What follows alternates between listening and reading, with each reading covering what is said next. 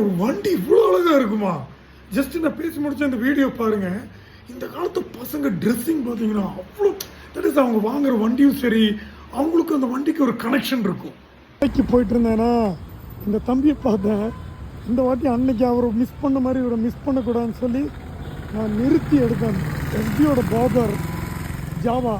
O my god தம்பி, இது நீங்கள் போட்ட எக்ஸாஸ்டா?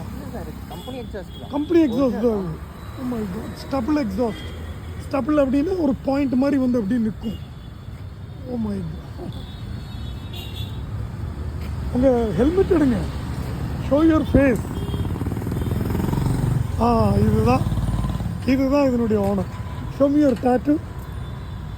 வா, ஆசம். ஓகேப்பா, இங்கே ஆஃபீஸ் போகிறீங்களா? இல்லை சார், நம்பர் பிளேட் மாற்ற போகிறேன். Oh very good. Okay, congrats. Okay sir, have a great ride. நான் இந்த வீடியோ இன்றைக்கே போட்டுறேன்.